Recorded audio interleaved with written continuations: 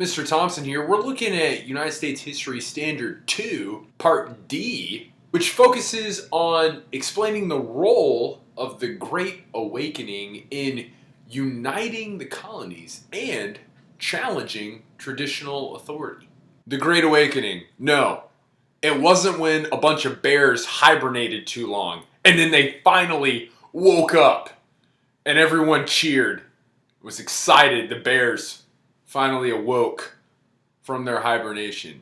It wasn't that. The Great Awakening was a religious movement inspired by revivals that were sweeping through England, Scotland, and Germany in the 1730s. It spread from Europe to the colonies in the following decade and continued until the start of the American Revolution. The revival emphasized an individual's religious experience rather than a religious experience through church doctrine. The Great Awakening challenged established authorities as colonists questioned the need to follow not only the Church of England, but also the orders of the English monarchy and its authorities. The idea of the shared struggle that the awakening ministers were speaking of was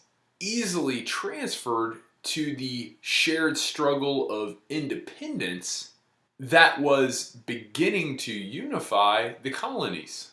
The Great Awakening was in part a reaction to the Enlightenment, which emphasized logic and reason and stressed the power of the individual to understand the universe through scientific laws. Similarly, people began to rely more on a personal approach to salvation rather than church dogma and doctrine through a personal understanding of the scriptures.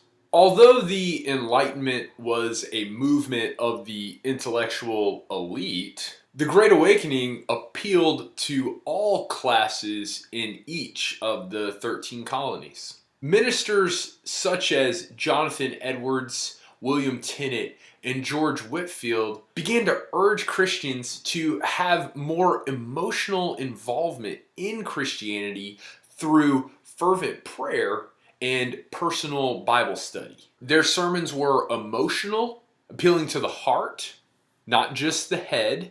New denominations such as Baptists, Methodists, and Presbyterians all gained new members and challenged some of the old established colonial denominations such as the Congregationalist Puritans in New England and the Anglicans in the South. Practicing religion became an emotional experience as well as an intellectual experience. One of the most famous sermons that exemplifies the religious fervor and emotional nature of the Great Awakening was Jonathan Edwards' "Sinners in the Hands of an Angry God." The sermon pleaded the congregation to repent and not provoke God, who is all-knowing.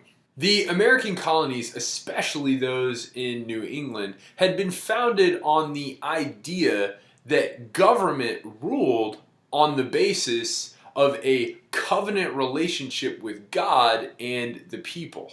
For example, the Mayflower Compact. The governance structure of new churches reflected this idea as churches appointed their own ministers and administered their own churches.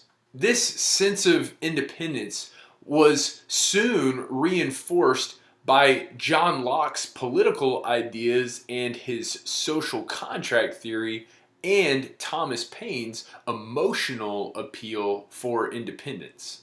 That concludes Standard 2, Part D, explaining the role of the Great Awakening in unifying the colonies and challenging traditional authority.